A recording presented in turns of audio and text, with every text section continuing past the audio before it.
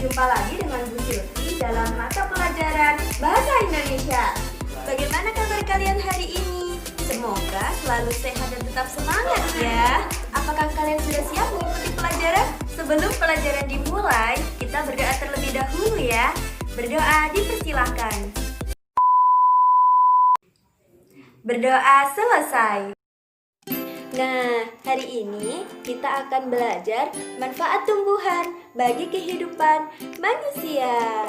Kelas 3, tema 2, subtema 1, pembelajaran 1. Pembelajaran hari ini memiliki kompetensi dasar yang harus kita kuasai, yaitu menguraikan pesan dalam dongeng yang disajikan secara lisan, tulis, dan visual dengan tujuan untuk kesenangan. Pembelajaran hari ini juga memiliki tujuan loh anak-anak. Dengan mengikuti pembelajaran hari ini dengan baik, diharapkan anak-anak dengan memperhatikan tanda baca, anak-anak dapat membaca dongeng dengan lafal, intonasi, dan ekspresi yang tepat. Yang kedua, dengan menjawab pertanyaan, anak-anak dapat mengidentifikasi informasi isi dongeng yang didengar dengan tepat. Materi yang akan kita pelajari hari ini adalah membaca dongeng dan menyebutkan pesan yang terkandung dalam dongeng. Seperti yang sudah Ibu jelaskan di awal tadi, bahwa dongeng adalah cerita hayalan yang tidak benar-benar terjadi. Ada berbagai macam jenis dongeng. Apakah kalian pernah mendengar kisah Malin Kundang? Ya, benar sekali. Kisah Malin Kundang adalah salah satu contoh dongeng dalam jenis legenda. Apakah di sini ada yang pernah mendengar cerita Sang Kancil? Cerita Sang Kancil juga merupakan salah satu jenis dongeng loh anak-anak, termasuk dalam jenis fabel. Nah, anak-anak, setiap dongeng memiliki pesan yang terkandung di dalamnya. Ada beberapa hal yang harus diperhatikan dalam membaca teks dongeng loh anak-anak. Yang pertama ada lafal, yang kedua intonasi suara, yang ketiga ekspresi, yang keempat tanda baca, dan yang terakhir suara lantang. Yang pertama ada lafal. Lafal adalah pengucapan kata. Kita harus mengucapkan kata dengan tepat. Kita juga harus menggunakan frasa dengan tepat. Yang kedua ada intonasi suara. Ketika menemui kalimat yang diakhiri tanda titik, maka intonasi suara harus datar. Ketika menemui kalimat yang diakhiri tanda tanya, maka intonasi suara harus menurun. Ketika menemui kalimat yang diakhiri tanda seru, maka intonasi suara harus agak naik. Kemudian ada ekspresi. Ekspresi adalah penghayatan dan perasaan. Jadi membaca teks harus dengan penuh penghayatan dan perasaan.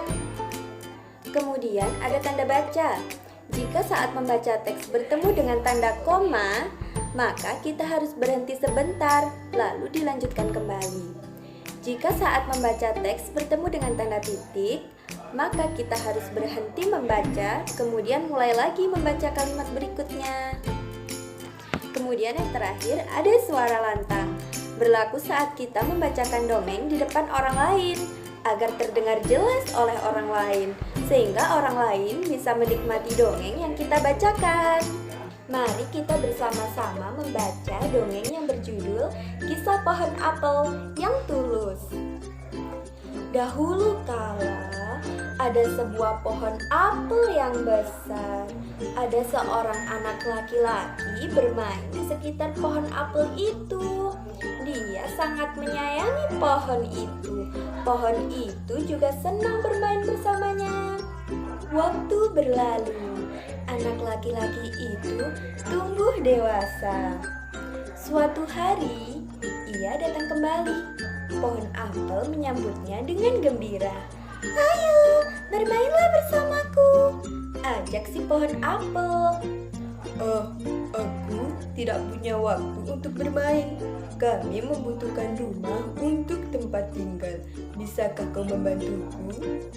Kamu boleh memotong cabang-cabang pohonku ini untuk membangun rumahmu. Jadi, anak laki-laki itu memotong semua cabang pohon dan pergi dengan riang. Pohon apel itu senang melihat temannya bahagia, tapi dia tidak pernah kembali sejak saat itu. Pohon apel kembali merasa kesepian dan sedih. Akhirnya, laki-laki itu kembali lagi. Laki-laki itu dengan pohon apel sekarang sudah sama-sama tua. Aku sudah tak bisa memberikan apa-apa, kata pohon apel.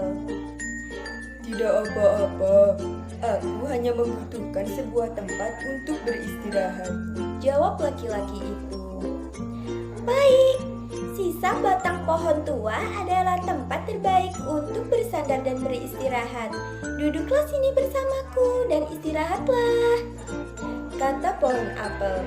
Laki-laki itu pun duduk bersandarkan pada batang pohon yang masih tersisa. Pohon apel pun menangis bahagia.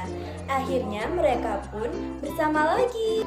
Karena setiap dongeng mengandung pesan, ayo kita bersama-sama mencari tahu pesan yang terkandung dalam dongeng Kisah Pohon Apel yang Tulus.